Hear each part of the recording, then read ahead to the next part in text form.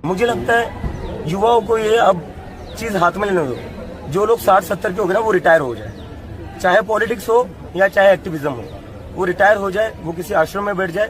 Future हमारे future का सवाल है, स्टूडेंट्स के फ्यूचर का सवाल है। अब हमें डिसाइड कर दो ना क्या करना चाहिए।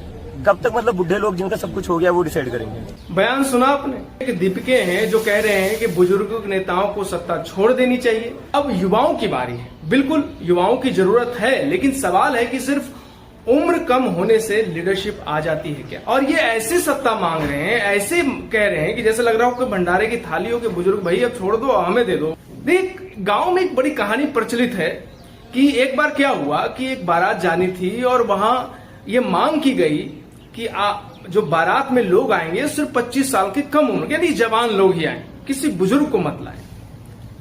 लेकिन वहां बैठक हुई और ये तय किया गया कि एक बुजुर्ग को छुपाकर बारात में ले जाया जाएगा, क्योंकि बारात में कई ऐसी चीजें, परंपराएं होती थी, कुछ ऐसे रिडल्स होते थे, कुछ पहेली होती थी कि जिसको सिर्फ बुजुर्ग ही समझ पाते थे, जिनको तजुर्बा हो उस चीज का। और हुआ भी यही, जैसे ही बारात पहुंचती है सब बारातियों के हाथ में एक एक गन्ना दे दिया जाता है और कहा जाता है कि इसको पिछवाड़े से चूसो।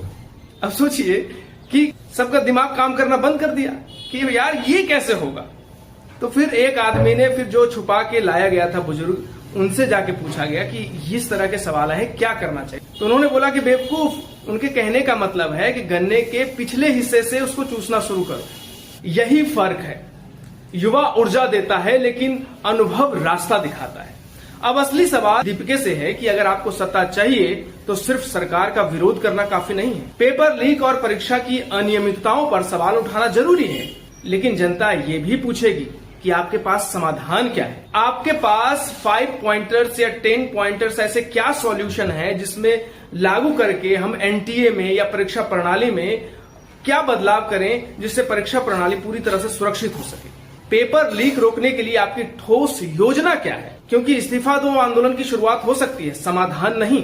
नेता बनने के लिए सिर्फ भीड़ जुटाना जरूरी नहीं है, उसके लिए विजन चाहिए, नीति चाहिए और सबसे जरूरी काम करने का रोड मैप चाहिए।